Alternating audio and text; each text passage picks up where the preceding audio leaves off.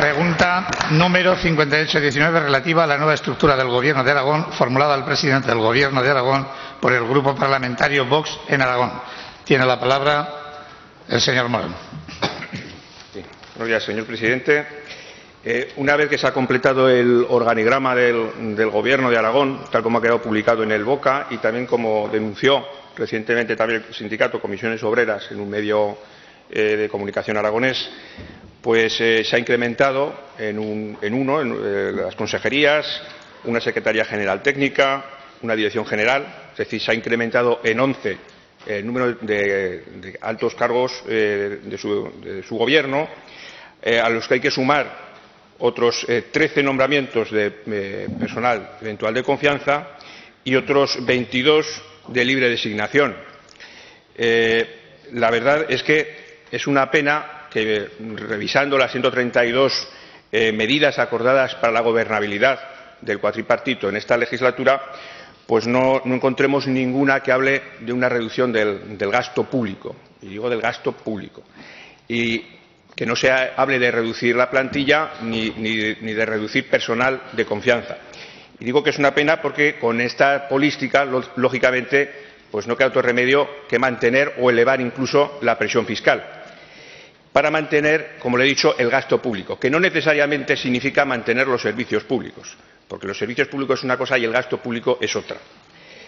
Si les preguntáramos a la ciudadanía si esto les parece correcto, si llevar esta política les parece correcto, pues probablemente habría diversidad de opiniones, como en todos sitios, ¿no? Y como en todas las posiciones. Pero claro, todas esas personas, todos esos padres que tienen a sus niños en los barracones estudiando, o las personas que están pendientes de recibir una ayuda a la dependencia, pues claro, el que se enteren que el Gobierno de Aragón ha incrementado en 2,3 millones de euros el gasto de mantenimiento de ese gobierno, de esas estructuras de gobierno, e incrementando de esta forma el gasto público, no el mantenimiento de los servicios públicos, pues probablemente no lo compartirían.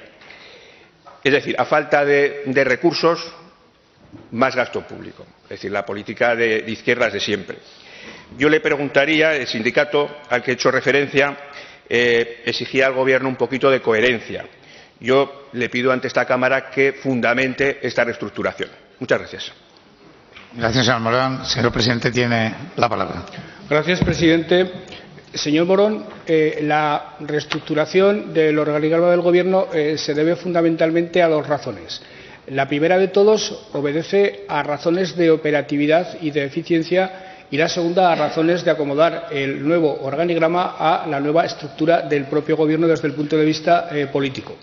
En el año 2015, en el pacto de investidura, se adquirió el compromiso por parte de todos, que yo ya entonces no tenía muy claro que fuera operativo, de suprimir consejerías y de suprimir direcciones generales. Y eso, a la postre, se ha demostrado ineficaz en muchos casos, y el sistema ha funcionado gracias a la sobrecarga de trabajo en algunas consejerías y en algunos cargos públicos del anterior Gobierno. Por ejemplo, fue un error, en mi opinión, refundir Economía e Industria. Lo hemos ido viendo a lo largo de los 4 años de legislatura. Si yo hubiera ganado con mayoría absoluta las elecciones y no hubiera pactado con nadie, hubiera desglosado esas dos consejerías. Y fue también un error refundir varias direcciones generales para, insisto, cumplir unos pactos que entonces tenían una orientación distinta a la actual, precisamente en aras de la austeridad que usted reclama. Se refundieron, por ejemplo, direcciones generales como Patrimonio y Acción Cultural, lo cual también se ha demostrado un error, porque son dos materias de gestión que deben desarrollarse de manera autónoma. Otro tipo de direcciones generales que, insisto, refundidas, demostraron funcionar francamente peor.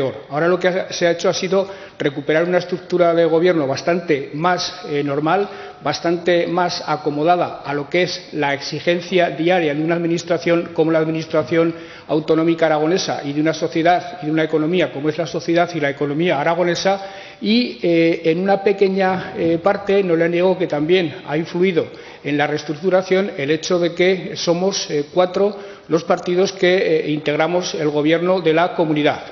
No obstante, a partir de ahora, cuando usted haga ese discurso, señor Morón, lo que le pediría es que deje de asimilar el aumento de cargos a la izquierda y la disminución de cargos a la derecha, porque le voy a hablar de algunas administraciones, de algunos gobiernos que ustedes han apoyado en la investidura y que se han excedido bastante más, y es que nosotros lo hemos hecho en cuanto a la creación de consejerías y en cuanto al aumento del gasto ordinario. En concreto, en Aragón, en 2012, cuando arrancó un gobierno que no era exactamente el nuestro, había exactamente 162 personas en direcciones generales, asesores y demás, 165, ahora con este gobierno hay 162, había entonces 94 asesores y ahora hay 80, por hablar de izquierda y derecha. En el Ayuntamiento de Zaragoza, la investidura del alcalde la apoyaron ustedes, se ha aumentado el gasto asignado a lo que el señor Pérez en la campaña electoral llamaba gasto político en un 50%, nada más y nada menos que en un 50%.